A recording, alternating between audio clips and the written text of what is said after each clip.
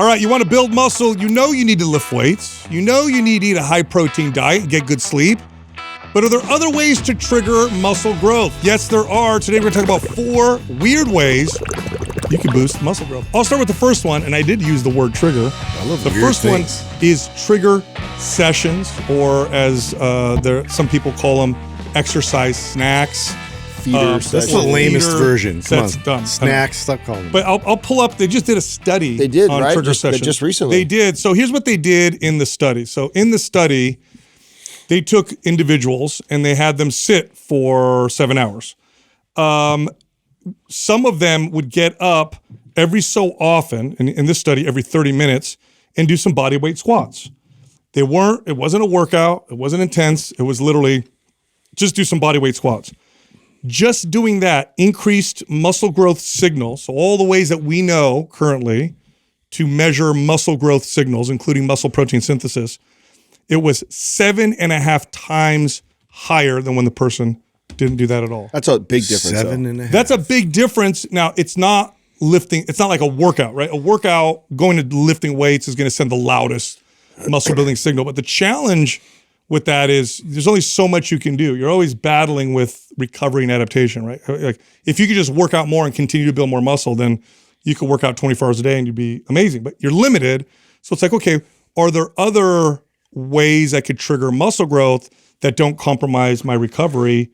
And this is one of them. It's a trigger session. Well, it doesn't not compromise. It's really facilitates recovery. Correct. I mean, that's really where it's even better. Yeah, I think that's probably where the misconception around feeder sessions or trigger sessions or whatever you want to call it is, or whenever I see them done wrong, is when people think it's just simply increasing the volume of training, right? Mm-hmm. Like, oh, okay, yeah, I'll just train more times frequently throughout the day, that's right. But you approach it with the same type of intensity that you would train, and that's not how you get these benefits. The benefits really come from the facilitation of recovery, because we know more blood flow, more oxygen, more nutrients is what's going to speed up the recovery process. And so, I mean, there's a bit of a like, duh, right? When you think about it, because you know that's been well known and documented for a long time that's what builds muscle is the recovery process, and through the processes of all the things I just said. And then you stack on top of that you're practicing these types of movements with low intensity, which increases your skill, right? So that's another way to sharpen the sword on that regard, but you're getting the benefits of the recovery while doing that, carries over into now the actual more intense things. Right. So by the way, the study also compared getting up and walking. And getting up and walking also boosted muscle growth more than just sitting. So any activity. What was okay, so 7 times was the trigger sessions. Yeah. What was walking? Well, with walking, they just saw an increase in muscle protein synthesis, which is actually, I don't remember the exact number, but it was significantly more than just sitting there. Yeah. But the other growth signals weren't the same, right? Because body weight squats is more like strength training, whereas walking is just movement. But the challenge with this is when we think about building muscle through exercise or movement or activity, we think of like strength training. In strength training, there's this structure around it. It's a certain type of intensity. You're doing certain exercises. And unless it's that intensity in those exercises, it really doesn't count as strength training. So the trick here is to not consider this strength training, but rather I'm doing strength training exercises, but I'm just doing them as a form of activity. And so the way that we've explained it in like MAPS Anabolic, which uses trigger sessions. And you know, how long has it been now? 12, 13 years since that program was created. I remember when writing that program, my dream was that people understood the concept of trigger sessions and used them with whatever workout they did. Because it doesn't matter what workout you're doing, if you find yourself on an off day or doing something that's inactive, if every few hours you just did some push-ups, some bodyweight squats, some band rows, just enough to get your body to move, maybe get a little bit of a pump, that's about it. The growth you get from that, the muscle building you get from that it's like a turbocharger. Now, it doesn't compare to the workout, but when you add it to the workout, it's super powerful and it's super easy. And what's cool about this is that they just stood up. They just stood up and did some bodyweight squats, sat back down. Yeah. And you saw 7 times increase in growth signals. By the way, people have, one of the ways that I saw this, or what the idea of this was, and this story I've told many times, is I just noticed the blue collar workers in my family who didn't lift weights at all had muscular body parts that correlated to the type of activity they did in their blue collar work. So like the male carriers in my family all had well-developed calves in comparison to people who aren't male carriers, right? They didn't lift weights, they didn't do calf raises, they didn't go to the gym. They just all had like kind of nice looking calves, both the men and women in my family that did that. And then the other blue collar workers, people that swung hammers, they all had like kind of muscular forearms. Yeah. And I thought, they're not lifting weights at all. And here's the second part of this. If you go become a construction worker or you go become a mail carrier, yeah, you're going to get sore in those body parts, but after 6 months or a year, it's gone. You're not tearing muscle down anymore. You're just doing something that you're really accustomed to, and yet they had well-developed forearms, well-developed calves. What's there? And it's this right here. So it's a cool thing you can add. Anybody can add this to their routine, and it doesn't compromise recovery. It only facilitates. I wish we could get you to do the extreme test of this, because you would be such a good person to do this with. I've talked before about, I bet if you were to drop down to once a week of full body training, you would be able to keep, I'm serious. Imagine if it was one full body routine. That is it. Just trigger sessions. And then just trigger sessions. These little 10 minute quick little workouts throughout the week. I bet it would be really interesting to see a year from now the difference. If we compared your physique, I'm willing to bet it wouldn't be much different at all, if at all. Yeah, you're probably right. Or maybe even hear you say things like, I actually feel better. Yeah, probably. I don't think you realize just how relevant what you said is, which we'll get to later in the episode. But yes, I agree with you. But and I think you're probably right. It's probably it's a lot more than even I will admit or try to realize. I know, bro. Again, for the average person, like this is as easy as like, let's say you could rep out 30 push-ups. Well, what if 3 or 4 times a day you did 10? That's all. You just went on the floor, did 10 push-ups. Is that going to boost muscle growth in my chest, shoulders, and triceps? I mean, 10 is easy. I could do 30 or 40 in a row. What's 10 going to do? It's going to do something. Mm-hmm. That's the crazy thing. I had this one trainer, this guy, Raphael, older guy. He was in his late 40s when I was in my Ninja Turtle. No. There are other people named Raphael. You're a painter. Not just Ninja Turtle. Not just the Ninja Turtles. He's never ran into a Raphael. This is pre Justin. So this is before you came on to Hillsdale with me. I had this guy. He was from New York. He was Justin before you were there. No, he definitely wasn't Justin. No, we could be that guy. He actually drove me crazy. But I would watch the way he trained, and it was so different than anybody else. He would just all day long walk over to the bicep curls, 1 set. Yeah. Go over the pull-up, 1 set. That's all day. All he do. I never saw him do a full 1 hour workout. That's smart. It was just all the time. And I used to and now I originally thought this guy is so obsessed with seeing his arms pumped up that was what it was. It was like, oh, client's coming. I need to get pumped up. And it might've been why he did it. I'm not even sure he even understood what he was doing. I mean, obviously he understood. He had an incredible physique. And it always, as long as he's worked for me, trainers we all go ups and downs as far as peak shape, okay shape, whatever. He stayed consistent, the most consistent guy I ever had, older guy working for me. And he trained that way. Never seen anybody else train that way. It was always these trigger-like sessions. And he had a crazy physique, and he swore by that's the way he lives. Yep. I don't do a full hour session. I just do all these little, and I don't remember what he called them back then, but micro sessions. It's been observed in many by coaches, by strength coaches, Olympic coaches, the Soviets, I think did studies on stuff like this. Mm-hmm. It really does work. It's really easy, but it's deceiving because it doesn't feel hard. It doesn't feel like a workout. So how important is it really? It won't, I think you'd have to probably do a lot of them to supplant an actual workout, but keep your workout the way it is and just do, especially on your off days, a couple, 2-3 of these a day, and then watch what happens. The next weird way is boosting growth hormone while you sleep. Are there ways you can, or things you can take that will cause a boost in growth hormone that's significant enough to show some differences in muscle growth and fat loss over long periods of time? And I do think yes. Now, this is not going to be like taking growth hormone. This is not, again, going to be like starting a workout. However, when you look at the data on what we're about to say, it will increase growth hormone, and it should, over time, over a year, 2 years, 3 years, create a difference in how your body and your physique feel and look. And there's a few different ways to do this. One of them is to not eat a few hours before you go to bed. So growth hormone is typically highest when you sleep. That's when your body tends to release it. If you have food in your belly, especially carbohydrates, you will get a rise in insulin. And insulin and growth hormone are inverse. Yeah, insulin goes up, growth hormone goes down. Growth hormone goes up, insulin has to be down. Today's program giveaway is MAPS Powerlift. Here's how you can win that. Leave a comment below this video in the first 24 hours that we drop it.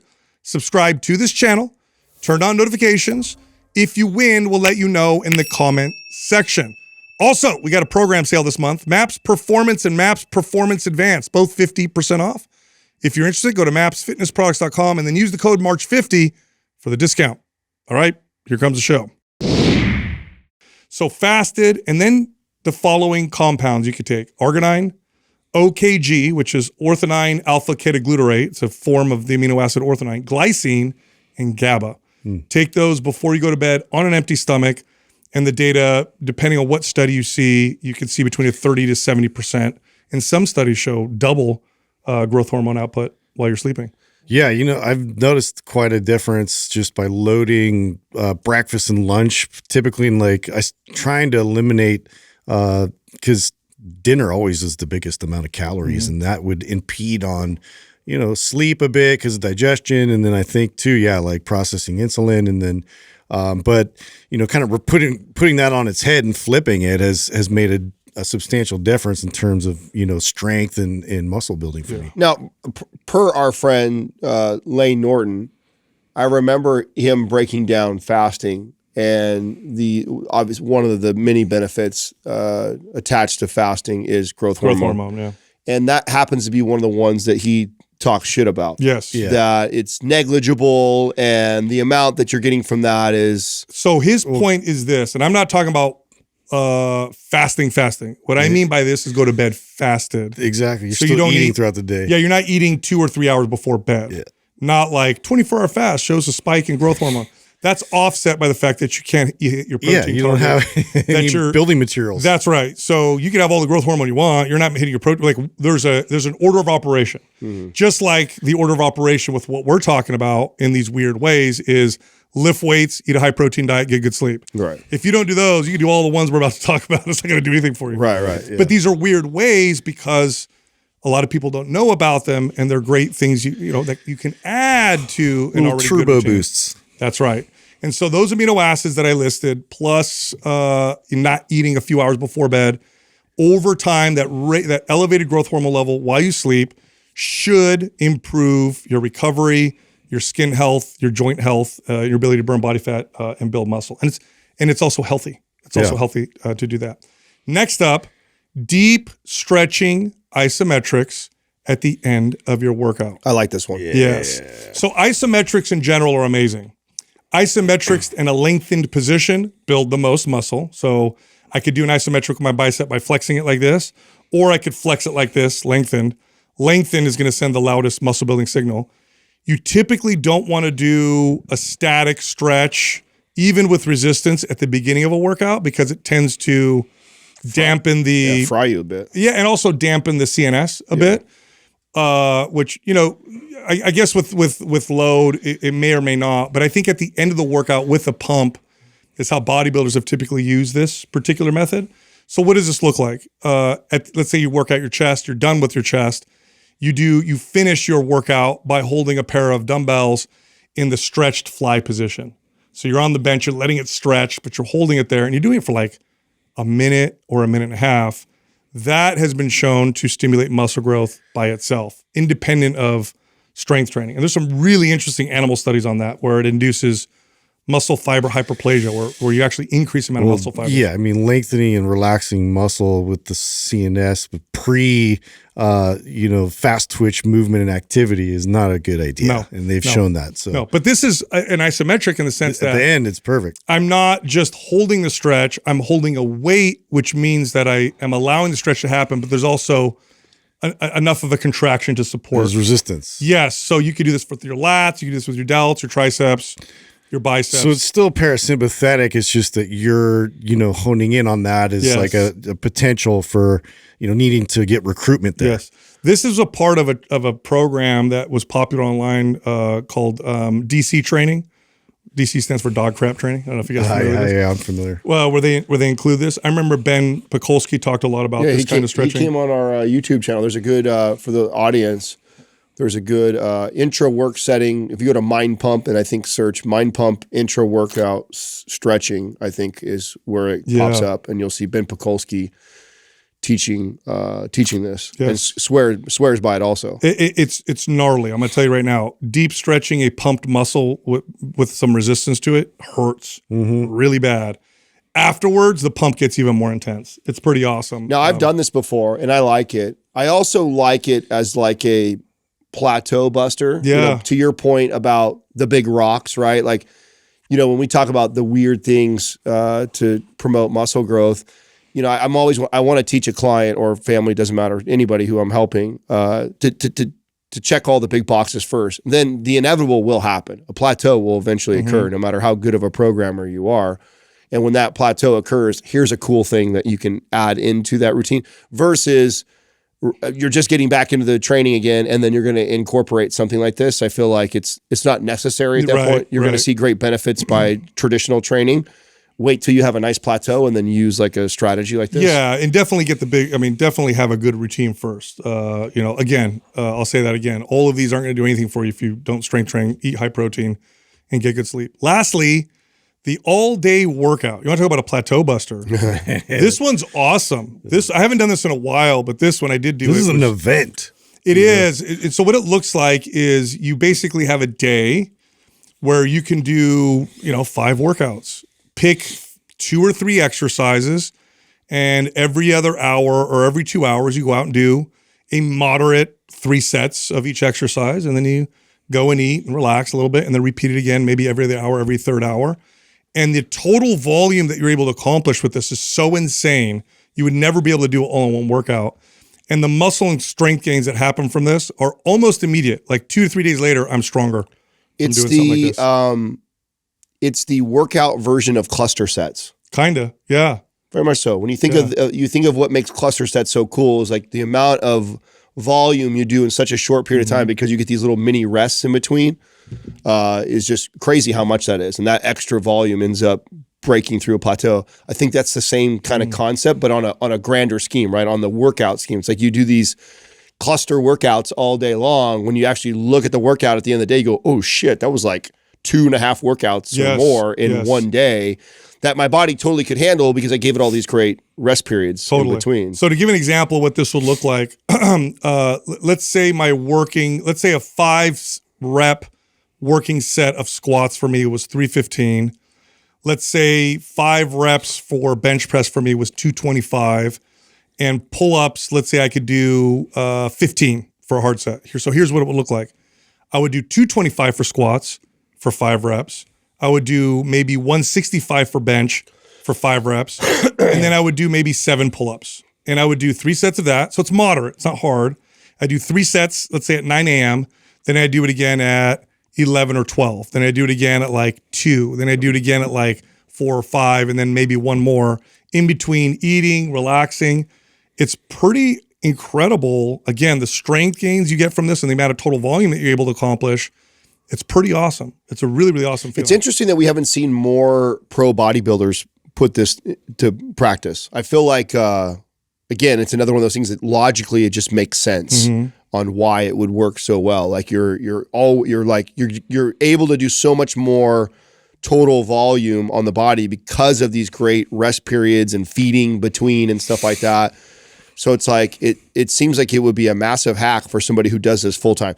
Unrealistic for most people. Yeah. Right. That's why it's like once in a great while. Yeah. It's like a weekend, like maybe a cool weekend thing that you can plan to do. Do your friends or average something. person who has a job and a life or kids. You'd have to do it on like a Saturday or something like probably that. not happening. Nah. But the pro bodybuilder, I would have thought that this would have made its way into that scene way more. A couple of them have talked about this. I know in the 70s there were bodybuilders. They do those double splits instead. I did stuff like this. And then you had like Rich Piana talked about this for arms, where you'd add a half an inch to your arms in one day. He would kind of talk about, and he did stuff like this. I know that in the old time strongman competitors would sometimes do this when getting ready and they wanted to practice a particular lift, often for a particular competition. You would see this. And then sometimes, I remember the first time I experienced something like this was filming the original MAPS Anabolic, which was, again, 13 years ago or so. It took us all day to film all these exercises. So I was and I was picking weight that I could do. It was like I'm trying to work out on camera. But because I did all these lifts all day long, the next day I was like, whoa, I feel like I had a crazy workout. Yeah. And I looked at the volume like, oh my God, there was so many sets of all these different exercises, that I did. All day long. Yeah, all day long. It's a lot of fun. I wouldn't suggest this, every week, but I think like every 2 months or so, have fun with it. Take off most of the workouts that week and then go on a Saturday, pick 3 exercises, keep doing them. Here's what happens, by the way. Yeah. Halfway through, you get stronger. Yeah. You actually find yourself getting strong halfway through, and then fatigue sets in by the second. It's just like working some crazy manual labor job where you're breaking rocks and shit, and you have to do it all day long. It's like you got to adapt. Yeah. You got to figure it out. So yeah. Anyway, I got a cool study on something that we often get asked about that we typically don't really have a good answer for, and I feel bad about it. What's that? Loose skin. Oh yeah, loose skin. There's why? There's a lot of bullshit out there. There is a lot. And I know, and I'm actually glad, I'm curious what you're going to say or share, because I know there's a lot of bullshit, but I also know that there's a lot of stuff out there too that supposedly works. And it's not something that I've gone down the rabbit hole really deep. And so when someone asks me, I tend to defer like, it's not, I don't really know for sure. I've heard this, I've heard that, but I normally don't like confidently point someone in a direction. I'm assuming that you're bringing this up because you feel pretty confident about something you read. Yes. So now there's a limit. Okay. So, if you lose 100 pounds and, you have that kind of loose skin, this is going to be very minimal. But this is the kind of loose skin that you see as you age. And you'll see this, or you'll feel this in your face, in your belly. Sometimes as you age, you'll see it start to happen in the knee area. Women will have the turkey neck thing. Yeah. So GHK-CU, the peptide GHK-CU, has been shown to help with elasticity, firmness, and looseness. It's one of the few things I've ever read about in studies to help with looseness in particular. So there are cosmetic products with GHK-CU, but they're often really low dose. We work with a company, Luminose. Luminose is like, you're not going to find anything higher dose than them for, topical GHK-CU, like super, super high dose compared to anybody else. And so if you have like neck skin, so here's where I would use it, right? You often hear women in particular talk about their skin on their neck. That would be the place to use it. And you would see tightening in that area. Katrina rubbed it on her belly while she was pregnant. Oh yeah. That makes a lot of sense. She was really religious about that. Yeah. That's for the stretch marks and all that stuff. She didn't get anything. Yeah. Now I know that a lot of that is largely genetic. Yes. Most women that I know that didn't get stretch marks, their mom didn't get stretch marks. The ones that did, their whole family did. So I know genetics plays the biggest role in that. But then I know people that swear by, they've rubbed that type of stuff. Coconut oil, I've heard. Yeah, I know. Or what's the other one? Cocoa butter? Yeah. But no, GHK-CU has been shown in studies to actually do this. Now, real GHK-CU peptide's expensive. So, you get what you pay for when you look at a product. But I like it because there's very few things where they're like, oh, this will help with the looseness of the skin in your neck or under the eyes, or again, I noticed this with aging people who strength train, is they'll get lean and you'll see a little looseness in the knee skin. You ever notice that? Like they'll flex their quad and it's a little bit there, or in the belly. Yeah. Like they'll get lean, but there's a little bit of that looseness, even though they never had a lot of body weight to lose. Yeah, I was gonna say, so that just is a natural cause over time with the skin. It's not like it's a stretching, too elastic and then. So there's that, which is not what I'm talking about. Like you lost 100 pounds. That's very different. GHK-CU. So I don't think it's more obvious. I went through this when my first round of getting ready for a show. So prepping for a show, I had never seen anything lower than about 9% body fat. That was the lowest my entire training career. I'd never seen less than 9%. And then I went on, I don't know, probably a 3-year run of carrying myself above 15% body fat, which is like a small belly to me. Yeah. And then I started not bad, but it's definitely more than 9. So then I started cutting, and the original first cut, I got all the way down to 7%. So lowest I'd ever been before. And I had that loose skin on my belly. Now, I've always told people what worked for me was, okay, I cut all the way down to 7%. Then I bulked up, built muscle, and I went and added like 10 pounds of muscle. And of course, a little bit of body fat came back on. I think I went up to like 10 or 11%. And then I cut down again, down to like 6%. And I noticed that it was a little bit tighter and it was almost gone. And then about the third time I did that. You said this before. Yeah. And then it was gone. And now it's not there anymore, but I also haven't carried myself at a high body fat percentage like I did like that for a very, like even like just recently when I came off of like the getting back in shape, I wasn't that crazy out of shape. Like, I mean, I lost a lot of muscle, but I didn't put on a ton of body fat like I had in the past. Like I got all the way up to almost 20% body fat, which was really high for me. And that's when that happened to me. So there's something to say too about if it's in that range, right? Where I didn't have like obese, I lost 100 pounds, loose skin, but there was definitely loose skin, and it definitely tightened back up. Well, the data on protein intake, high protein intake in strength training shows that strength training is the best for skin of all the forms of exercise. They're all good. If you exercise, you get healthy, it's always good for your skin. But strength training has some special effects on skin. We've seen this in studies. High protein diet, because skin is protein, right? It's what it's made up of. But then there's also the looseness that starts to happen as you age. And you'll see this in like, what's really clear, Adam? When you see bodybuilders, physique competitors, bikini competitors who are in their 40s versus in their 30s and 20s. They're still lean. They're still shredded, but you'll see it in the knee. You can see it on the elbow. You can see it on Ben Pakulski's arms and stuff like that, because his arms were so big before. You can just see that it's like loose there. But you'll see as people age, it starts to happen. And that's the first study I've ever seen where something seems to be effective on skin looseness, not just the elasticity or, the vibrance and that kind of stuff, but actually the looseness of it, which I think is pretty fascinating. Hey, sorry to interrupt you. Look, are you lifting weights, eating a ton of food, and struggling? You're not packing on any muscle. You're not building any muscle at all. You're not getting stronger.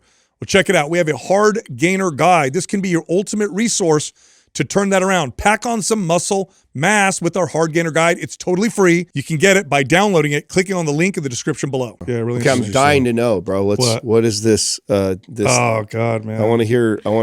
Like you came in this morning talking about how you just. I'm putting it out there because I got to make it real, so that's why I'm doing. And then I feel like I kind of have a guess now because I said something that you said that. How close I am.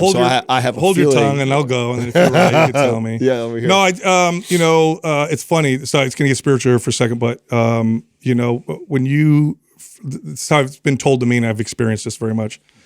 Trying to walk with Christ is not easy. You pray and he reveals things to you, and it's very painful and challenging because you make things idols. You make a lot of things idols, or you have things that you just don't want. I was at church on Sunday. My friend Chuck was speaking, and he's an incredible speaker. By the way, pastors, the best speakers in the world because they do it so often. He's up to 3-4 times a day talking, so much practice, right? But anyway, he's so good. And he talked about how Jesus washed the feet of the apostles. And he was explaining that. And part of it is what we understand, which is like the King of Kings washing someone's feet. Like that's not even your servants would do that. But then there's the flip side of it, which is you don't want them to wash your feet because that's the dirtiest part. You don't want them to see that. So no, you can wash my hands, but don't look at my feet. Don't look at this stuff. I don't want nobody to see this type of deal. So I was experiencing that, and I've been praying a lot for the idol that I have, which is my body and exercise and fitness. And you guys know that about me. But yeah, man, he's really showing me, and through some challenges at home, and I've been praying for God to help me with this. And the way that I pray is I don't want to change this. Like, I'm being honest. I don't want to change it. Yeah. I need help. God, I know this is not good. I don't want to change it. Yeah. I need help. It's not like, hey, I'm going to do this. It's like, I don't want to change this. Yeah. And so it's really painful. And what I saw was what it's causing. What it's causing for my family, what it's causing for me. I abuse peptides, I abuse hormones, I go beyond, I push the limits with what I can get away with.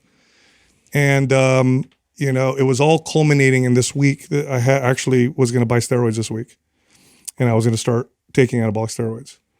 And I was leading into it, and I knew that it was a problem, and I was praying. And this morning, it all really hit me. Like something additional to the TRT? Yeah. Oh wow! Yeah. You were about to hop on like a legit cycle. Yeah, and I know it's an idol. It's a problem, and I just. Well, you said that when we first, to back you up. I mean, it's not like. I talk about how I challenged this on the podcast, but I'm not fully open with it. I mean, when I'm sharing what off-air stuff you've shared with us. Hopefully, it's okay. I remember we'll edit it if it isn't. Yeah, we've never edited. No, I remember when I remember you very honestly and humbly said to me when we signed with Transcend that you said, hey, keep an eye on me. Yeah. I love this stuff and love experiment, and I know that about myself. And I could definitely get out of control with it. And so I remember when you said, and I've always tried to respect that in your space. I throw you little jabs every now and then, like my subtle way of telling you like that, but without. I think you're a very self-aware person. You knew it going into it. Yeah. So to me, it was only a matter of time before you felt that. Yeah. What was crazy is that I'm asking for mercy because I'm like, don't let it be something with my health that causes this to change. Like I don't want my family to suffer. I don't want something to happen with my health, and then that's the thing that changes me. But meanwhile, my family's suffering. And so I've been praying for that mercy, and I don't want to change this. God, I'm not going to change it. I want to change it, but I need help, type of deal. And it's again, I know it's an issue, and it's funny. I got in an argument with my wife this morning, and I could see how keeping this idol is related to so many other challenges that I can pose for my family. And she was talking to me, and she was really open and vulnerable, and I was looking at her, and I suddenly felt the crushing pain. Like, oh my God, man, she doesn't deserve some of the things that I did. And if I tell you kind of what happened, it sounds silly, but we got in an argument because I had to work out one morning when we were supposed to go somewhere, and I can rationalize it. It's 20 minutes in the garage. I'll go do a set. It's not a big deal. And I'm looking at her, and I'm like, I'm causing all these problems, like all this pain over this idol. I felt this crushing pain. So I'm on my way to work, and I want to talk to her because I could feel like I need to strike when the iron's hot because I know it'll happen. If I wait long enough, I know my tendency is I'll disassociate, avoid, and then stay the course. Yeah. So I'm like, I need to tell her now.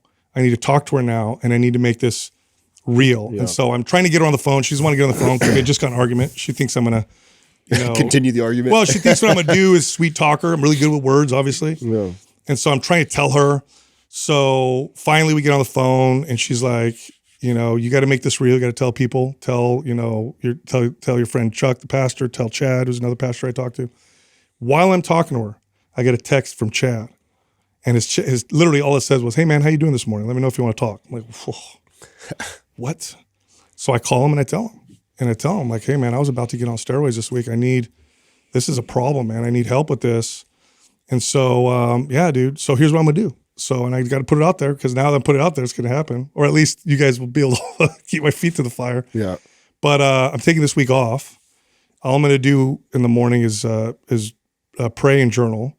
I'm going to get back into working out probably 2 or 3 days a week. And then I think I'm going to pursue, I don't know if this is what I'm going to do, but I might pursue jiu-jitsu again because it's enough of it's good. It's physical activity, but it's away from bodybuilding. Yeah. It's away from lifting weights, which is what is the big trigger for me. Is it too much of a leap I so want you to be the guy to do that experiment, dude. You know what? I like what you're saying. Here's the thing. I know it's a big well, leap. It'll turn into pride, bro. It'll turn into, let me show everybody, let me do this thing that can sell how great, this type of workout is. Let's create a new program. Too tied into vanity. Let's create a new program based off of this. Let's monetize it. Let's whatever. It'll turn into pride.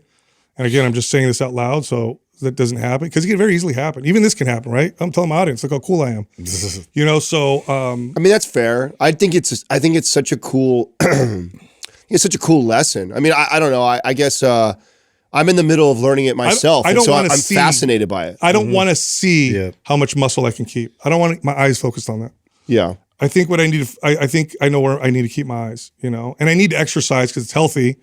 That's good for my mental state, but I got to move away from this idol that I just, man, I struggle with it. It's a real nasty, you know, it's helped me coach other people, but boy, you know, flipping it on myself is really, really tough. Oh yeah. So yeah, man, I was there, dude. I was like a day away from doing that. What were you gonna do? Can we hear the stat? No,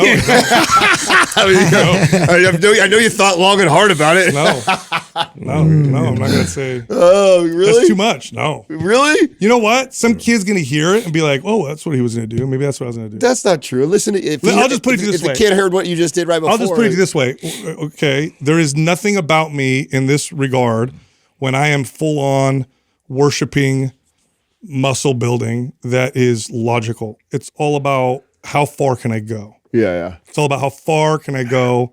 How far can I push it? And I could rationalize it because I get blood work done and this is prescription. I'm within the legal, I'm not, you know, I'm well beyond what's appropriate. You know, I push the limit. So, you know, I think it's really cool though for the audience to hear that, because I do think that we talk about this. I mean, this is a reason why we tend to tell people that we recommend that they don't do competing, right? Mm-hmm. Because if you have even like an ounce of similarity as you, and you put that person in that world, it's like and then it's really easy to justify, because you're like, oh, it's my sport and I love it. It's really easy to wrap it into this. It's good for me. It's my sport. I love the sport. It's all about this, when it's really feeding this internal monster that is growing from this. And you're just getting this feedback loop of people telling you how great you are and how good you look. And so it's better than anybody else. I'm on a fitness podcast, and this is what I do. And, you know, the worst part about this. And you know what sucks too? You know what makes it hard? People don't realize, by the way, people listening are going to be like, they're not going to say anything anymore. But people will come up and like, bro, you're jacked. Dude, you look great. You should go after that deadlift or whatever. It's funny. I'll tell my friend, even my friend Chuck, who now he's full on understands and he's great. But because I wasn't fully letting him in, he thought that I don't think he realized how serious I was. Yeah. We would joke about this. I'd be like, nah, man, you know, working out for me is a challenge. You know, I push it too hard. And he likes to work out. So he's like, oh, come on, go get that 700-pound deadlift, bro. And I'm like, you don't know what you're doing by telling me that. Yeah. So today when I talk to him. Now he feels bad probably. No, not bad. He's like, oh shit, man. He's like, okay, I see. So I got people help, and I could see God using people around me to help with this. So I'm actually going to see a professional about addiction. This really sucks because this puts a lot of pressure on me and Justin to carry the average. Yeah. You got to get I've been enjoying this kind of like me. I've just been cruising. You know, so there's for the audience. It is the opposite. There's an off-air joke that we have that in 10 years we've been doing this. We've managed the same body fat percentage average and muscle. Yeah, and muscle, right? So, shifted around. Total. Yeah, it's just like if you go back and you look at all the different pictures of all of us, there's been a point where one guy is more shredded than the next guy always, but as a group, our average is always the same or whatever, and you're gonna fuck that up. So, Doug's gonna get jacked. We're gonna need Doug, me, and Justin to step it up a little bit. You were carrying a lot of the load there for a while. Well, I mean, all joking aside, I was in tears this morning, you guys. This is no joke. I mean, I'm on the podcast. I'm talking on camera. I can really turn it on when I need to, but this was hard, and I know my body doesn't show it right now. Mm-hmm. Again, I'm on camera.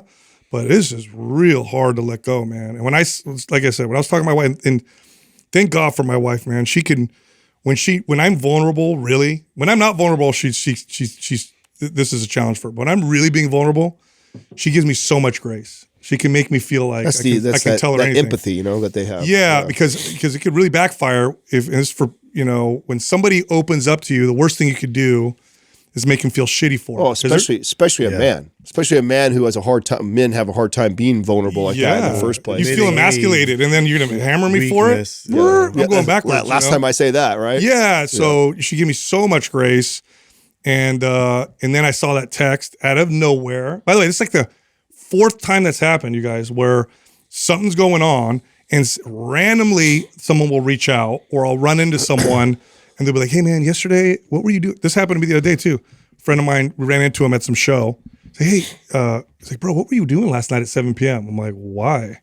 Like, I felt this overwhelming conviction to pray for you. I'm like, oh my God, bro. I was in a blowout fight with my kid that, how did you, like, so weird, right? It's so weird. Yeah. So anyway, it's painful. And so my Chuck told me too, he goes, listen, there's a lot of scripture that tells you that walking with Christ is constantly dying. You're like so many parts of your old self is dying all the time. And it doesn't feel good at all.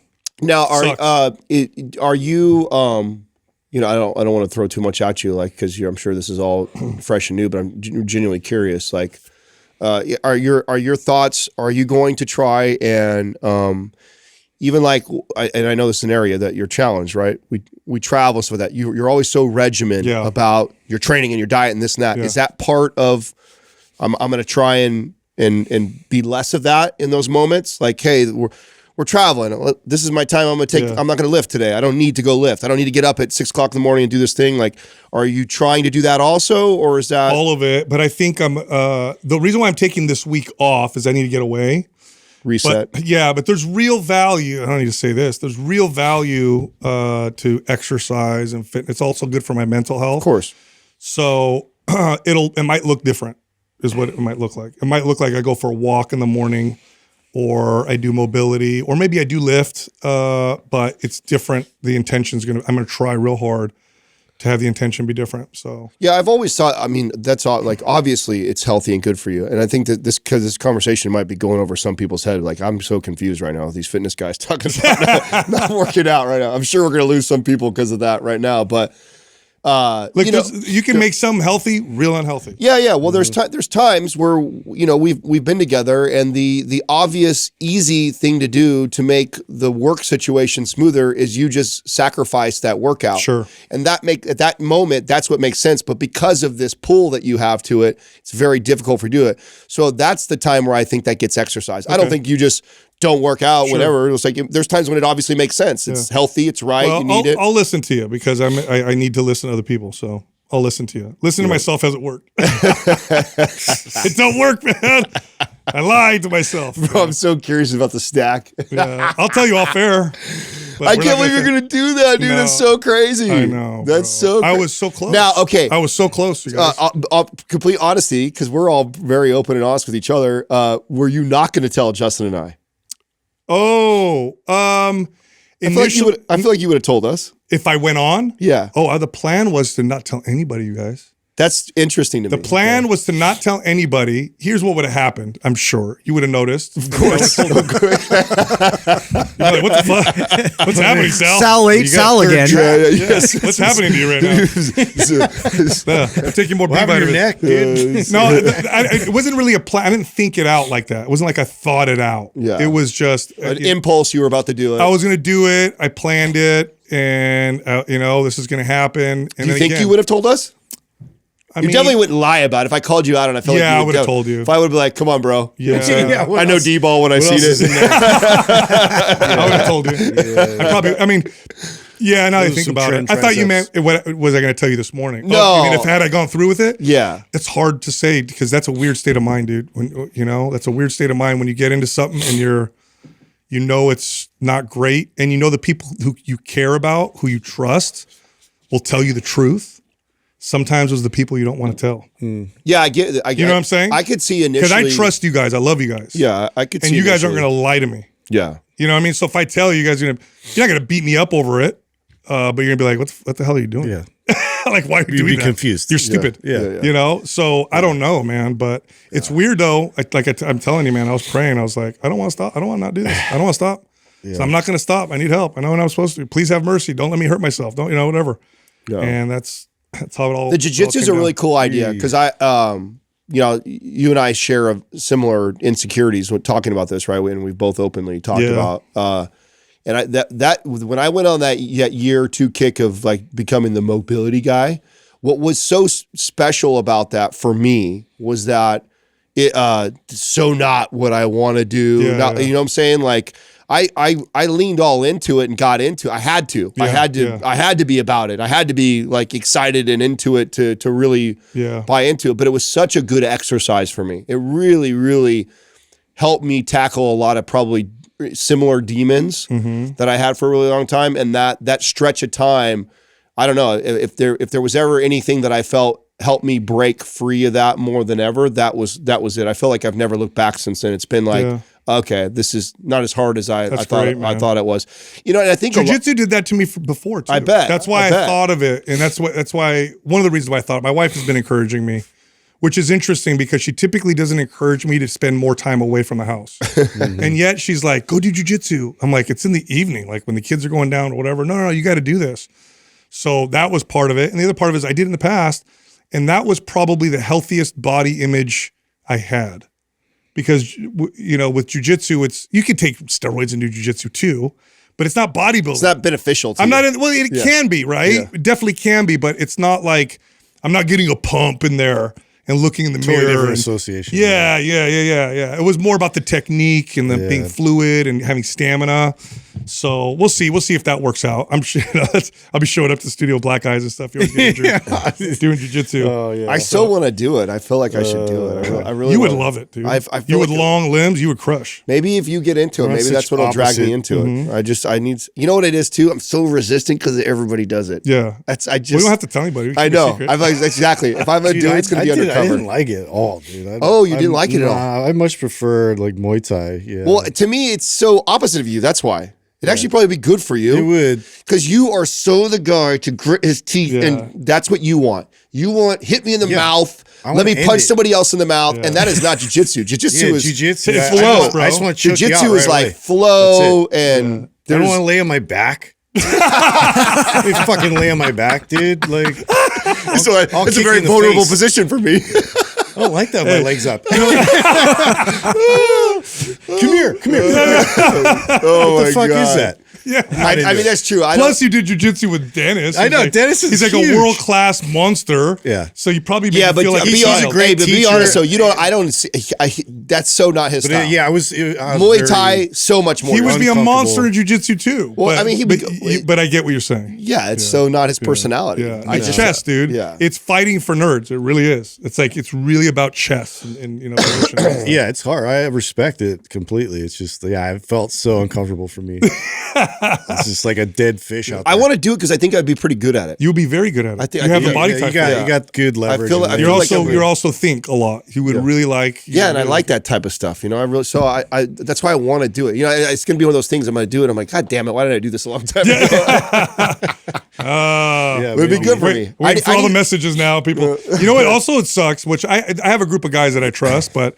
Well, also the other part that makes me not want to do it is showing up to a class, having people recognize me. And I got a target. On my back. Oh, let's kick the shit. Oh, it's the purple belt guy. Yeah, let's get him. If you have muscles, I've definitely felt that too. Even just going into one of those places and then like all the guys like looking like immediately mean mugging you, and I'm just like, dude, I'm just here to learn. You know, like you're like in a threat right away, and I'm just like, dude, I'm just trying to. Yeah. Well, if you really start looking into it, keep me at least in the loop. So so I will have the option. I'll tell everybody what's happening. If you think that, I'll talk about the whole process. I think it'll be really. I mean, I think it's a really cool evolution to the show and stuff like that for people to see that side of you. Well, I'm going to warn people if you choose to go on this path and you choose to, if you step into the faith and you walk, it's hard.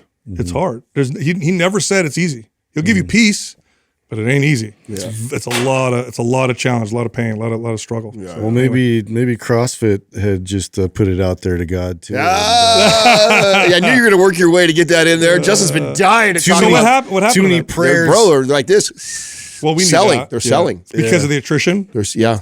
Well, I mean, I don't think that's the only reason. They've just had remember after Greg Glassman came out with the George Floyd stuff, the sexual harassment stuff. I mean, they've just been it's just been the kind of the perfect storm for them. I mean, I think that they peaked 2019, 2020 stuff happened. He's outspoken.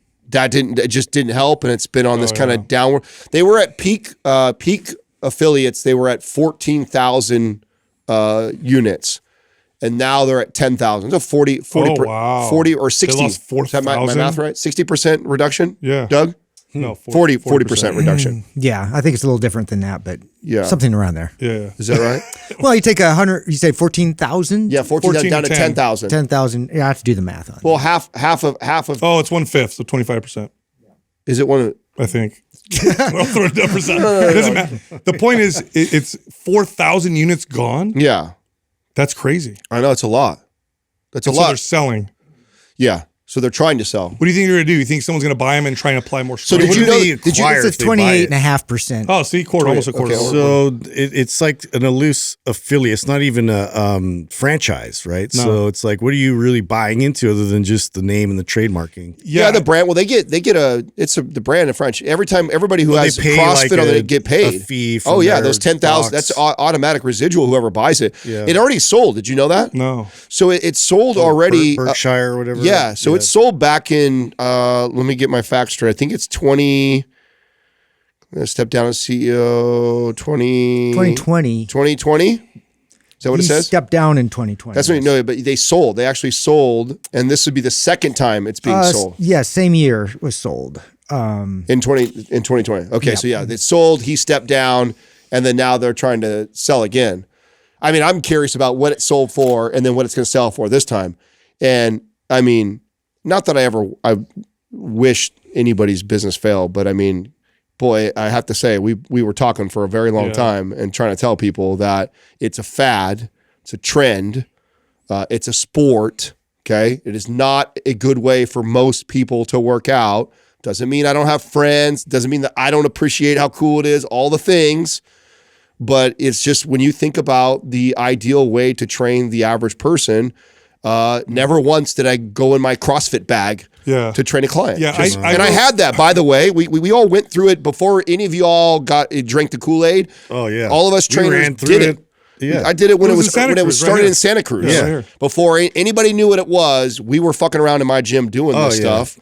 And it was already problematic when I went through the workout. I remember going like, this is not for my clients. It's cool for us trainers with egos to compete with each other, but it was like, I'll never use this for training any of my clients. But I have tremendous respect for CrossFit for the things that it did change in the in strength training. We give the kudos. Culture-wise. We give the kudos. They single-handedly changed squatting and deadlifting for the average person. That's it. They made them cool. And they made women lift weights better than anybody else. Nobody even used the word PR until they came around. And they brought back a thing. And they brought back the importance of the culture of the gym. Yeah, each one of these modalities, they'll have their flaws. And, you know, like bodybuilding is one of those. That's right. As well. Like, you know, if you're going to go extreme and you get this association right away with like, oh, I got to be a mass monster. And here's how I got to do that by taking all these, you know, drugs and everything involved. And then shot across the bow there. You know, Appreciate that. Yeah, no problem. Well, I will say this, though. I 100% used honesty. The programming of bodybuilding with many of my clients. So that's where CrossFit's always been flawed in that area. Yeah, I don't learn anything from their programming. None. No. But bodybuilding, I mean, I'd make the case that style of training is probably one of the best ways you could train people long term. Nothing has contributed to strength training like bodybuilding. Yeah. Bodybuilding is the original contributor to strength training. And there's an incredible value to take from some of the principles of bodybuilding. CrossFit did change some things. It's just the programming. Well, it also brought back something else that was important. Give it its kudos too. Is like, you know, true functional training had kind of lost its favor, and that's where bodybuilding didn't do a good job. That's right. Bodybuilding was all aesthetic and all based off how we look, and it lacked performance and mobility, training in multi-planes. Like, it lacked that, and CrossFit really went hard in that direction. I really think there's something in the middle that is a beautiful kind of marriage where it's just like bodybuilding training most of the time integrated with this occasional block of functional type training. And I think that is like, if I looked at, like, I would take MAPS performance and like a bodybuilding type of a program, and that the toggling back and forth would be a great. There's elements. Yeah, there's elements. Yeah, you're right. Sexy athlete bundle. We have that. It's called the sexy athlete bundle. And that's really one of the best ways to train the average person that likes all of that. Like, you like what CrossFit gives you as far as the type of body it gives you performance wise. That's everything we did in Mass. If you guys remember that was the reason why we wrote Mass Performance. That's right. was we came out early. A lot of the audience that hasn't been listening for 10 years doesn't know this. It was an answer to it. Yes, we talked so much shit about CrossFit early on and its programming that the audience was like, okay, well, what if I like doing this and I like doing that and I like the things that CrossFit gives me? How would you guys program it? And that was Mass Performance. That's right. That was the birth of that program, was exactly that. Absolutely. All right, I got to mention this, by the way, because we're supposed to talk about Zbiotics, but I didn't have any this weekend. Have you guys drank without it recently? Yeah. Sucked. He can. I can't. Yeah, it doesn't feel, it's, I won't even, so there's time. I had 1.5 glasses of wine. 1.5, okay? I had it twice, 2 different days, and I feel it the next day. Yeah. When you do the Zbiotics, they call it pre-alcohol now. Way different. Way different. It's remarkable the difference. It's the only thing that'll get me to have a drink. If we're somewhere. Oh, if you don't have it, you won't? Yeah, I don't even want to mess with it. Katrina carries it in her purse. Most all of our family members have it at their house. Yeah. And so if I'm going to enjoy, even if it's just a drink or two, I don't have to go ham and be drinking 5, 6 drinks. Oh, yeah, I don't like to go ham either. Yeah. Sometimes 1 or 2 drinks sounds nice to me, but then I also know how I'll feel afterwards if I don't do that. So always. Yeah, if I messed up my sleep, and then the next day I felt off. My heart rate is different without it. That's what Doug notices at night, right? Like I go to bed and it's like my heart, I'm like, I had 1 glass of wine. You run a lot harder for sure. Oh, it sucks. Element is the best electrolyte powder you'll find anywhere. It has the right amount of sodium. Most of them don't have enough sodium to make a difference. Element's got 1,000 milligrams per serving, plus no sugar, no artificial sweeteners. It tastes great. It's good for good pumps, good for energy, especially good if you're on a low-carb diet. Go check them out. Go to drinklmnt.com/mindpump. You'll get a free sample pack with any drink mix purchase if you go on that link. All right, back to the show. This segment of the podcast is brought to you by Mind Pump Fitness Coaching. This is the #1 course that teaches trainers and coaches how to build sustainable 6-figure plus businesses and careers in fitness. Look, it's roundtable based, so you can hear Adam, Justin, and myself teaching you how to build a better business, get more leads, close more deals, close bigger deals, and be more effective trainers. By the way, our course is nationally recognized. In fact, it gives you 1.9 CEUs with or for your NASM certification. Find out more at mindpumpfitnesscoaching.com.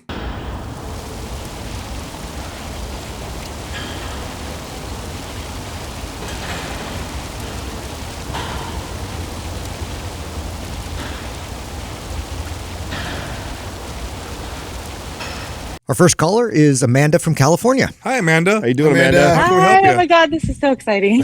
I am super, super nervous, so I'm just going to read what I have here, if that's okay. Don't worry, Okay, Justin go is for too. it. Yeah. Okay. Always. So thank you guys so much for all the content you put out. I started listening to you guys in 2020 after Brett Contreras was on one of your podcasts, and I haven't stopped listening since. You guys are amazing. Thank you so much for all the things you do for women's fitness. It's amazing. You've changed the way that I look at everything, so I really, really appreciate it. Oh, yeah. So my question, do body proportions or body type play a significant role in the way someone is able to change their body through resistance training? For example, I have an extremely short torso, really long legs, and really long arms. And I feel like it makes it extremely difficult for me to lose weight in my midsection. And it takes a lot longer for me to have the appearance of muscle gains in my arms and my legs. I'm wondering if there's any validity to this, or am I just making an excuse for not working out hard enough or being disciplined enough? My stomach is my biggest insecurity and has been since having my daughters. My youngest is 5 and I have a 9-year-old. And I really want to get rid of my stomach and not be one of those moms that's has a 20-year-old and is still blaming their kids for their stomach. So any suggestions would be wonderful. Yeah, so of course, definitely body proportions, length of limbs, muscle belly length, your ability to build muscle. A lot of that's influenced by your genetics. The length of your limbs, for example, in your torso, that's set, right? We can't change that. Yeah. But you could definitely work with it. I mean, I'm seeing you now on here on camera, and you look pretty fit. You've got really nice looking shoulders and arms. How long have you been working out? For like 10 years, minus having when I had my girls. But let me tell you, it's deceiving because I realize that I look very thin, like on top, but I do have a midsection. My legs are long and lean as well. So I feel like there's not very much space between my ribs and my hips. So I know when people look at me like up top, they're like, oh yeah, she looks fit. deceiving. Yeah, well, I think you probably are fit if you're working out for 10 years. But my whole point with that was just we can be a lot harder on ourselves than is necessary. Nonetheless, getting leaner is the same, strategy for everybody. Generally speaking, right? You want a high protein diet, calorie deficit, strength training, that kind of stuff. Do you know what your body fat percentage is? I was just going to ask, what's your body fat percentage? So I went yesterday and got an InBody, which I know is not the most accurate, but it said it's 23.9. You're great. Yeah, you're a good percentage. You're at a very good body fat percentage, healthy. I mean, you could try getting below 20, but then now you're playing with, where it starts to get really hard to maintain.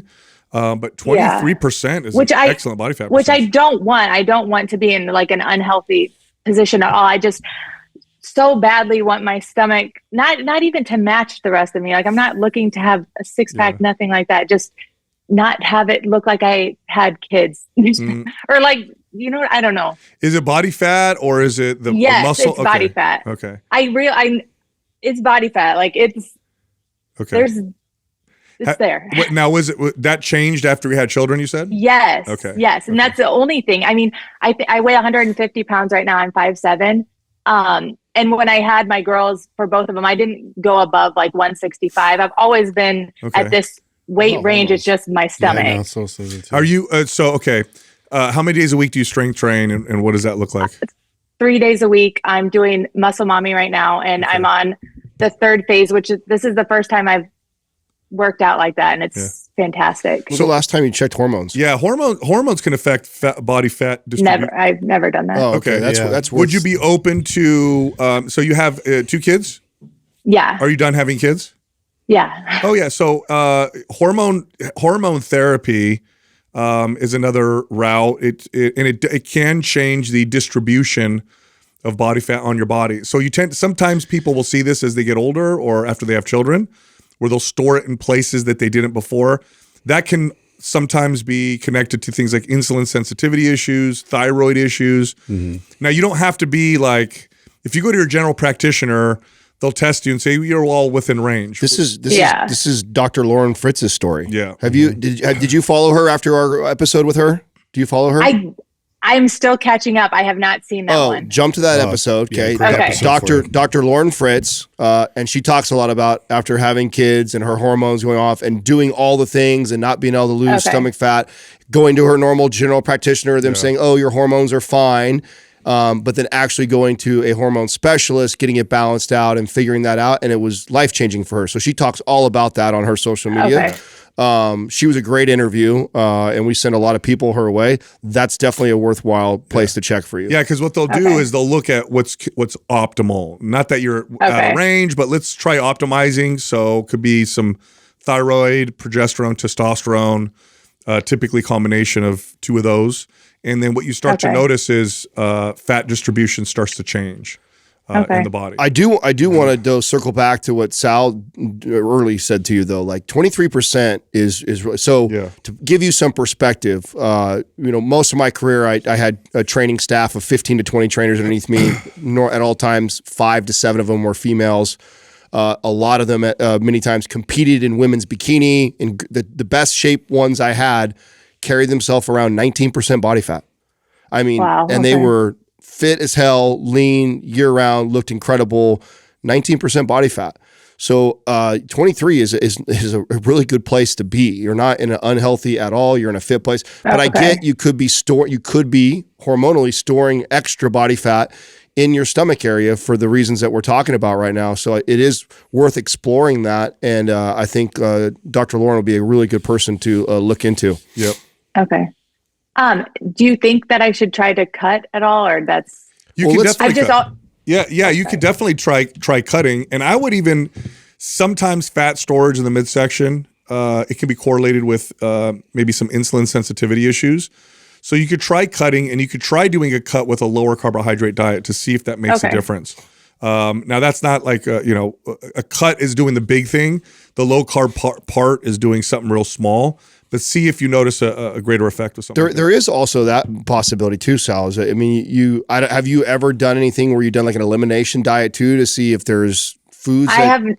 As far as diet, honestly, I am very good about making sure I get my protein, and beyond that, I pretty much eat whatever. And I eat definitely in the higher calorie range. I'm not restrictive at all. So I've just always been scared to go into a cut because I don't want to ruin and make things worse. Yeah. Oh, I see. If that makes sense. Yeah. You could track for a week, just no judge, and then see where the calories fall, and then go in a 500 calorie deficit. Maybe try dropping the carbs a little bit and see how that affects you. How long would you do that for? How many weeks would you do a cut like that? If you're going to drop, if you're at 23%, we want to drop out 3%. Probably 6 weeks, 6 to 8 weeks. Mm-hmm. Amanda, are you in our private forum yet or no? I am. Okay, good. If you just update us in there and tag the guys, we'll keep an eye on it. So just let us know the feedback. I've had this too with some of my clients. You can have like low levels of like inflammation happening from foods that you just don't agree with, but you don't realize it. That will just, sometimes it's not fat, it's just water retention and bloat, and it feels like it's bloat all the time. Okay. And you could have something in your diet on the regular and you don't even realize it because it's not like it's really messing you up, but it's enough to just keep you mildly inflamed all the time. Yeah. And that mild inflammation, a lot of times, especially in the gut area, people perceive it as fat.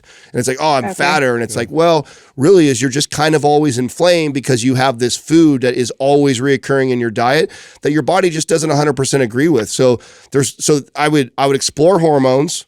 And then I would also explore tracking food for a while and starting to try eliminating some of the things that are most commonly intolerant to people and see if you notice differences there. And a lot of times this is obvious if you do like a 1 day fast, and after a 1 day fast, all of a sudden your stomach looks way flatter. And it's like, whoa. Oh, that's a good idea. So that a lot of times just eliminating all food for 24 hours. Yeah. And then if it looks like you lost 10 pounds of body fat because of that, it's like, oh, well, maybe because you didn't lose 10 pounds of fat in 24 hours. You just brought down all the inflammation, and so maybe you have something in there. That's kind of an easy way to. Have you ever worked with a coach? Are you open to working with a coach? No, I haven't. But I mean, I think it would probably be good. Yeah, you would be a great candidate just because you've been doing this for so long. You got a great attitude. I'll have somebody call you. We have coaches that work for Mind Pump, so I'll have somebody reach out to you. Because through this process you kind of figure out what's going on, and I don't think this is going to be I think this is a very solvable issue. For sure, it's going to be one of the things we're pointing at right now. It's going to be either hormonal, something like that. It could be just a slight calorie deficit, or it could be a food you're intolerant to that's just always been in your diet, and simply getting rid of that food group could solve something for you. So it's solvable for sure. All right, awesome. Thank you so much. You got it. Amazing. Yeah, thanks for calling. Thank you. Take care. The hormone one is a big one, and women notice this more than men generally, and not that men don't experience this, but what women will say is something along the lines of, suddenly I started gaining body fat in my midsection. All of a sudden, I'm gaining body fat in areas I never gained body fat before. I've especially heard that if there's been like after the second kid. Yes. And it changes like drastically. And I know like my wife even experienced that too. And it was a complete shift. What's your opinion on why? I've heard the same thing. Second kid seems to do it. Yeah.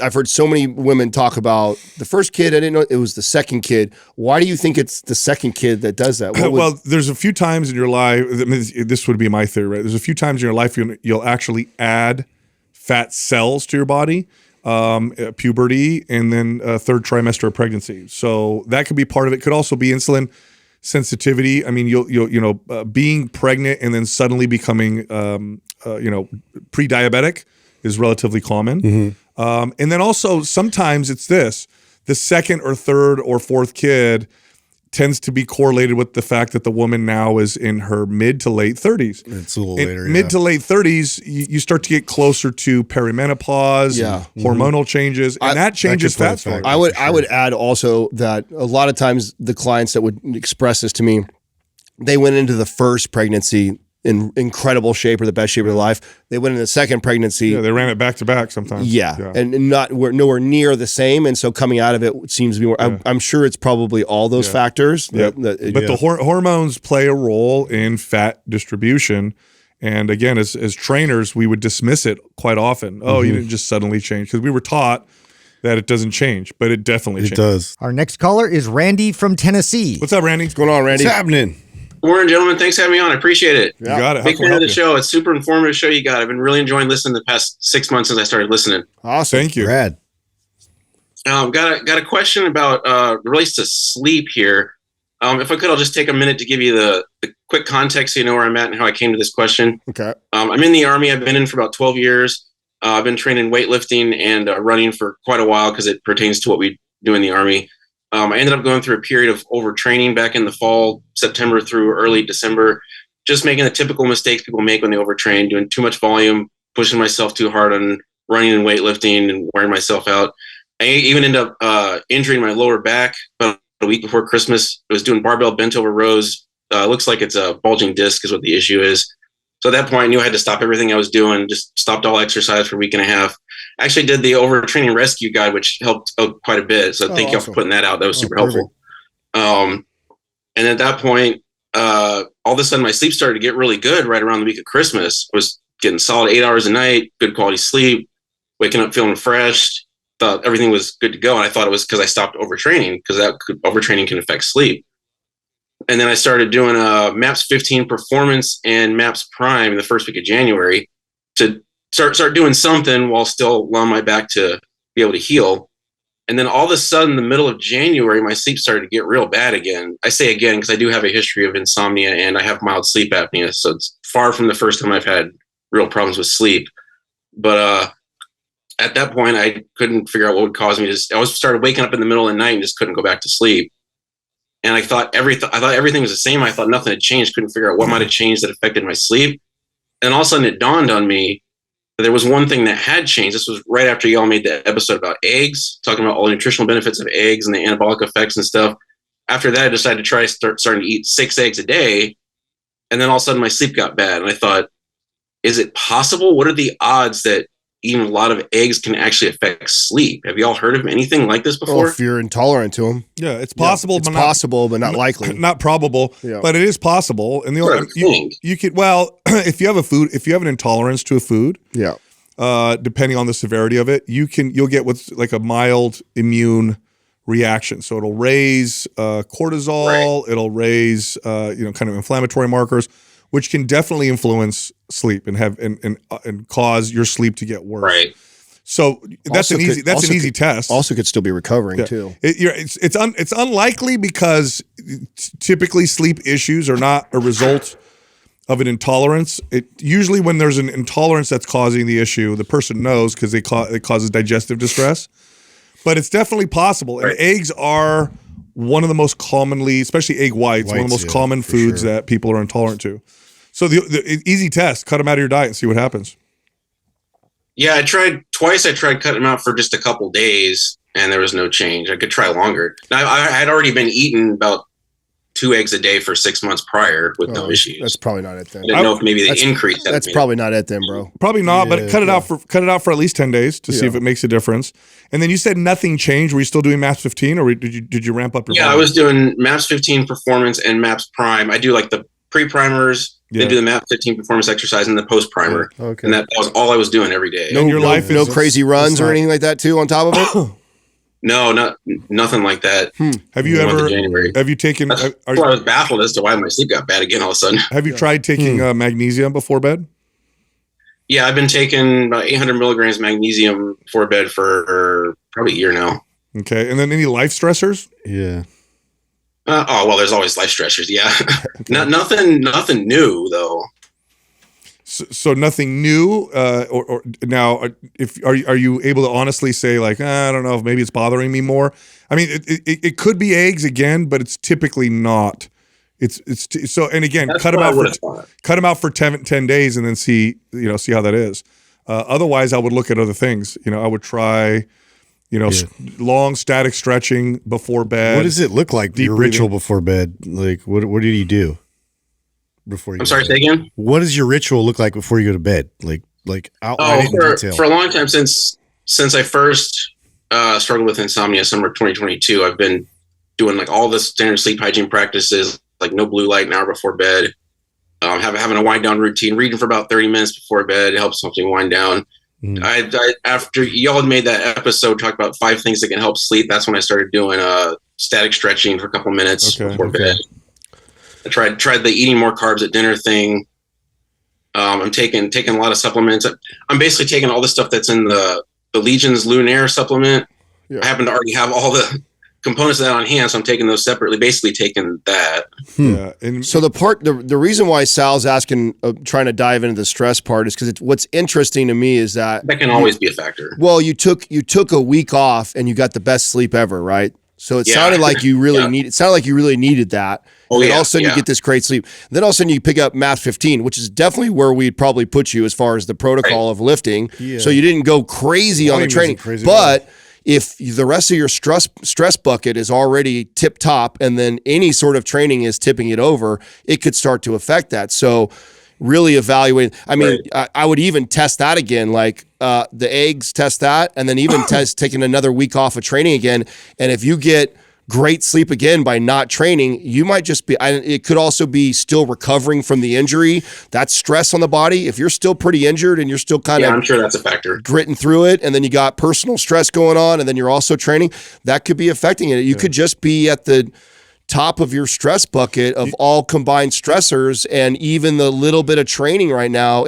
And so, maybe do a week of like mobility only, like recovery type training, more working inward, stretching, that type of stuff. Maybe just not avoid weights and see what happens. And if you I did think about that. And if you see a positive change again from cutting back, you might just have a lot of stuff going on right now. And the combination of the injury and all of it together is just too much, and your body's trying to tell you. You could, it'd be a good test for you would be Dr. Cabral's cortisol test, just to see what that looks like throughout the day. I think that would be a good test for you to see if your cortisol is inverted. Yeah, and I was wondering if there might be some chemical or a hormone off that could be it too. That would be the starting point. That tested in the past. Cortisol be what's not been a problem. Yeah, Dr. Cabral has a cortisol test that you could take, and so what you do is you do saliva first thing in the morning, then it's like before breakfast, before lunch, before dinner, and then right before bed. And what we're looking at are patterns of cortisol throughout the day.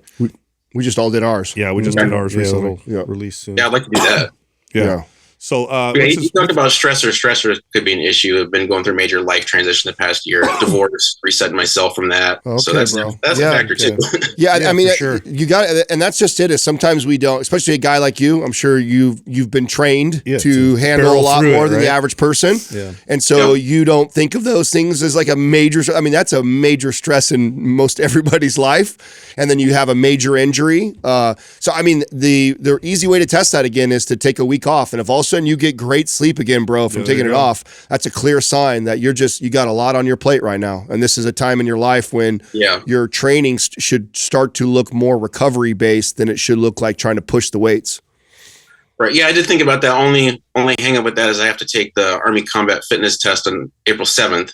I feel like if I take a break now, it might impede my training to train for that. How hard is that test for you? Yeah. For me, not really.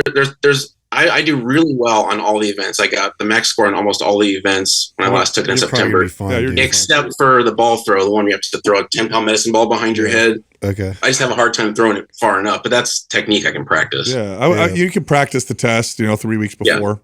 Yeah. Other than that, I'm not worried about passing the test. Okay. Yeah. Then I wouldn't worry too much about it then.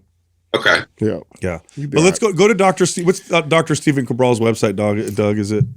Stephen Cabral. Yeah, it's StephenCabral.com. Yeah, and look at his cortisol test. STEPHEN Cabral. Yeah, I know a little about cortisol. That'd be interesting to do that test, see what happens. Yeah, just see if it's inverted. Sometimes you'll get like this low cortisol in the morning. It's hard to wake up. You got to take caffeine to get going. Then it starts to elevate it, and it stays high at night, which totally messes up your sleep. Waking up in the middle of the night is a telltale sign. I mean, there's three main things, right? We try getting rid of the eggs, see if that does something. I don't think it's that. The other one would be that would seem unlikely. The other one would be resting. I think it has something more to do with all the stressors, bro. I think if the cortisol test will show that. Yeah, the cortisol test will show that. In the meantime, though, you could take a week off of training and see what happens also, and I think that's going to be a clear indicator if you all of a sudden get great sleep.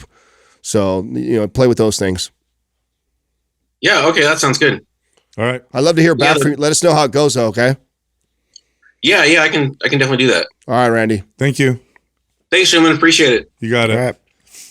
Major divorce, major injury. Did he say divorce? Yes, bro. He said divorce. He just went through a divorce this year. These are I thought he said major life things. changing. He Bro, said divorce. a divorce. Oh, bro, you're going to be stressed out for Yes, for a long I mean, time. have you not said that was one of the most stressful parts of your easy. entire life? Easy. There's nothing more stressful than that. Yes. And it lasts for 5 years. I just think it's not like it could, you always got to remember when you talk to get over it. a 12-year military guy, like their definition of stress is different than the average person. He's like, no, I'm fine. Yeah. You know what's weird about it too? Still function. It's a true story. I got when I finally made the decision, we got divorced.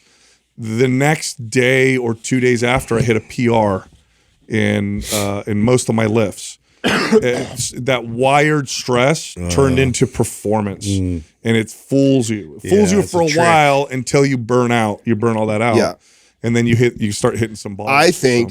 I think he knows he was already a chronically overtrainer. He knew that. It led to a major injury in his body. He has a major life-changing event. I think even MAPS 15, it's just he needs a little more time. Yep. He needs a little more time and a slower. And I bet you his even version of MAPS 15 is different than that person, the normal MAPS 15 person. Yeah, who knows what that looks I bet like. he gets after it even. And I mean, it's a military. You got to think how you do anything is how you do everything, right? So I think that I bet if he takes a week off of training again, he gets good sleep. That's probably what's happening.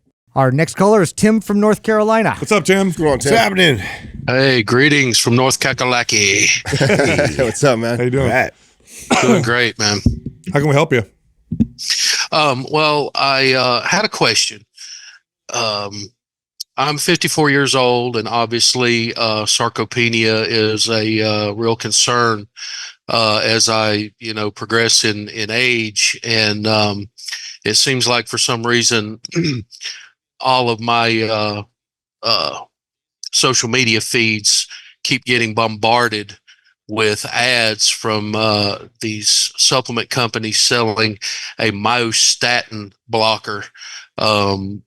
If anyone's not heard of that, basically myostatin is supposed to be the protein that hinders muscle growth after a while. It's supposed to be part of the reason you plateau in muscle growth. And on the ad, it shows these pictures, these super muscular cows. Yeah. And they're like, why do these cows keep building these muscles? It's because they don't have myostatin. Yep.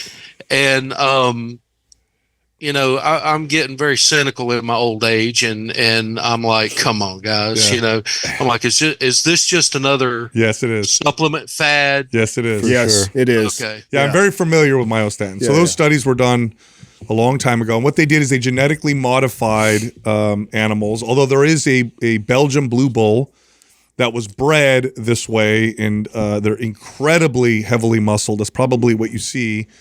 And it's due to the myostatin gene being inhibited, and they did it through breeding. They didn't know what they were doing, but they bred them that way. But you can see the studies on mice, on dogs, and it's radical. It's ridiculous. It's crazy looking. Crazy, like there's a Whippet, which is like a very skinny, fast dog, and then there was one that's like myostatin inhibited, and it looks like the Incredible Hulk became a dog. It's really crazy. Nonetheless, so that flew all over the bodybuilding and fitness world. And so they're trying to sell you supplements that do that. Well, they don't. They don't do it like the genetic modifications do. If you want like the most effective myostatin inhibitor, creatine. Creatine has been shown to do that. But that's not why creatine really makes you build muscle. It's not because it inhibits myostatin to some crazy degree. Well, in a true blocker, you would die, right, Sal? I mean, no, you wouldn't die. It would be crazy. It would make steroids look like Flintstone vitamins. But no, there's no supplement out there that does this. It's all fad marketing. It's all crap. It's all the stuff you hear us talk about is the stuff that actually help. Creatine's at the top of that. Everything else is far below. But when it comes to sarcopenia as a man, if you lift weights, you're fine. That's all you got to do. It's not going to happen. Yeah. It's not going to happen if you continue to strength train. You won't have to worry about losing bone density or lots of muscle mass. Okay, awesome. I appreciate your time. I kind of was thinking through that whole thing. Even if it did block myostatin and you were able to, grow crazy muscles, you'd eventually get to the point to where your muscle strength would override your tendons and ligaments and supportive tissues, and you'd be popping tendons and ligaments. For sure. For sure. I mean, we see that happening even with just steroids. Yeah, because steroids grow the muscle so fast. It'll be interesting to see or it would be interesting to see that. There's been a lot of speculation that pro bodybuilders, I mean, I had one in the studio yesterday. I had 7-time Mr. Olympia Phil Heath in here, and he was talking about, I mean, you see pictures of him playing basketball, and he looks like an amateur bodybuilder. The speculation is that some people genetically have this gene, relatively inhibited. And those are the genetic freaks that we see out there, like the Brock Lesnar's, where they just like, you can tell when they're a baby. You can tell when they're 5 years old. They're just stronger and more muscular than everybody around them, type of deal. So their potential is much higher. Yeah, but we have yet to find a medical intervention aside from actual gene therapy that would do that effectively. And then, Adam brings up a good point. If we do that to somebody who wasn't born that way, I'm sure there are going to be downstream effects and potential negatives. Like, what does that mean for the rest of the body and their health? But one day when they do figure that out, which they probably will, it'll make anabolic steroids look like vitamin C. That's how crazy the potential is. But there is no supplement that does that. So don't waste your money. Yeah. Awesome. Yeah. All right. Well, I appreciate your time, guys. Excuse me. And I just wanted to kind of get this on people's radar, because if I'm seeing it, I can't be the only one. Yeah, no, it's everywhere. I know that a lot of people will just see an ad with big promises, and they're like, "Oh, let me order that." Yeah. And and number one, it won't deliver the promises, and then number two, you never know, because it's unregulated, and you never know what's in all that stuff. Yep. So there might be, something in it that you have a contraindication to, or could potentially make you sick, or even worse. So, usually Viagra. Yeah. They sprinkle that in there. Could be laced with fentanyl or something. Yeah, absolutely. Appreciate that, Thanks Tim. for calling in, man. All right, dude. All right. Thanks, guys. Have a good one. Have a great day. I mean, I knew as soon as I saw those studies come out, I'm like, oh, this was, by the way, those are old. Those myostatin studies now have to be at least 15 years old. Yeah. I mean, I knew when I saw them, I was like, oh, they figure out how to do this in people. We're going to start seeing, 300-pound quarterbacks, in the NFL. So, I wonder what those ads look like. I haven't seen any yet. I've seen them on the internet, but not like on social media. I mean, they're crazy looking pictures. They do have like crazy animals. I'd be scared to death to take something like that. I mean, at that level, that's 20-year-old. Do you be scared to death? Yeah, even 20-year-old. Really? Myostatin. Have you seen the whippets and the fucking? That's a little crazy. 20-year-old Sal would have been like, "I'll take." Oh, you're crazy, bro. 46-year-old Sal. But it's funny, we interviewed Phil Heath, and you talk to these pros. And these, and they just build muscle on accident. Yeah. It's just ridiculous. Yeah. So you barely have to try. All right. I know you liked that episode. If you did, check this one out. Walking. It's one of the best things you can do for your health, bar none, but there's a better way to approach it. Yes, you can just walk, but if you follow the right protocol, it's far more effective. Let's talk about walking. I can't wait to hear your walking protocol. Well, there is. There is a protocol. So, and I'll start with the first thing, right? Because just first off, let me start with this. One of the reasons why walking is such a great form of just activity is because it's low risk of injury. Now, some